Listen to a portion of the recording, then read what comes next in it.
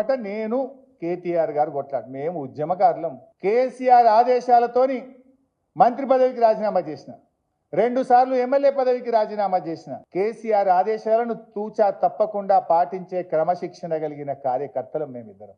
నీకు అలవాటు, నువ్వు కాంగ్రెస్లో చేరి ఒక్కొక్కరిని తొక్కుకుంటా సీనియర్ల మీద సోషల్ మీడియాలో తప్పుడు పోస్టులు పెట్టి 50 కోట్లకు పదవి కొనుక్కున్నావు.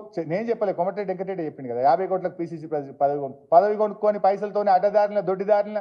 నీకు అలవాటు రేవంత్ రెడ్డి, మాకు అలవాటు లేదు. ఎస్, మేమిద్దరం పోటీ పడతాం. శనేశ్వరుల్లాగా ఈ రాష్ట్రానికి పట్టిన నీ పీడను తొలగించడానికి, నిన్ను దించడానికి పోటీ పడతాం.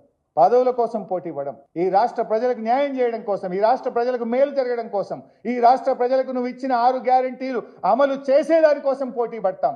నీ ముక్కు బిండి మహాలక్ష్మి కింద 2500 ఇప్పించడం కోసం నీ వెంట పడతాం. రైతు రుణమాఫీ పూర్తయ్యేదాకా